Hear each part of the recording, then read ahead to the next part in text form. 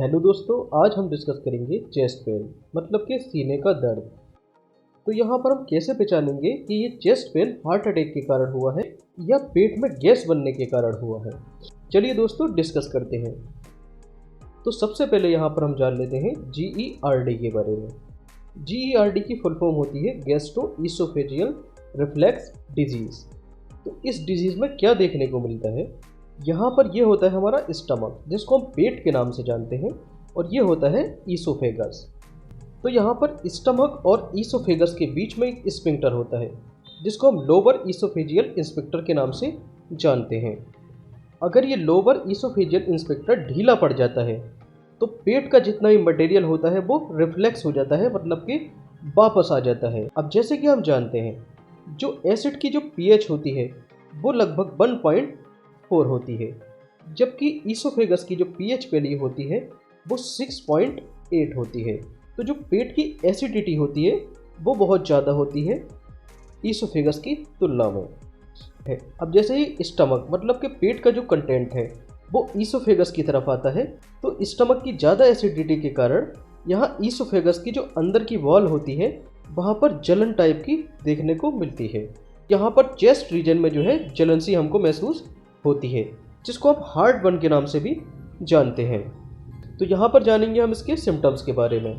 तो पहला सिम्टम है एसिड रिफ्लेक्स। तो जो पेट का एसिड है वो पीछे की तरफ मतलब कि ईसोफेगस की तरफ जो है रिफ्लेक्स हो जाता है, जिसके कारण हार्ट बर्न की शिकायत देखने को मिलती है। दूसरा सिम्टम है यहाँ पर हॉर्सनेस।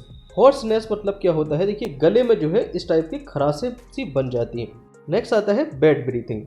तो ऐसा पेशेंट जो सांस लेता है तो उसको जो है बदबूदार सांस आती है, या इसको जो है सांस लेने में जो है बैड सा फील होता है।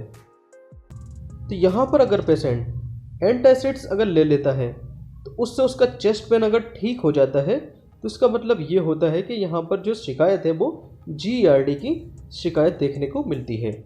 अगर यहाँ पर एंटासिड लेने के बावजूद भी चेस्ट पेन जो सीने की जलन है वो नहीं जाती है, तो ये हार्ट अटैक का केस हो सकता है।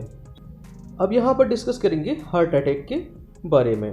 तो हार्ट अटैक में देखिए क्या होता है, जो हमारे हार्ट की आर्टरी होती हैं जिसको हम कोरोनरी आर्टरी के नाम से जानते हैं, अगर यहाँ पर किसी टाइप का ब्लॉकेज हो जाता है तो जो ब्लड होता है वो हार्ट की मसल्स तक नहीं पहुँच पाता है, जिसके कारण जो हार्ट की जो मसल्स हैं वो डैमेज होने लगती हैं।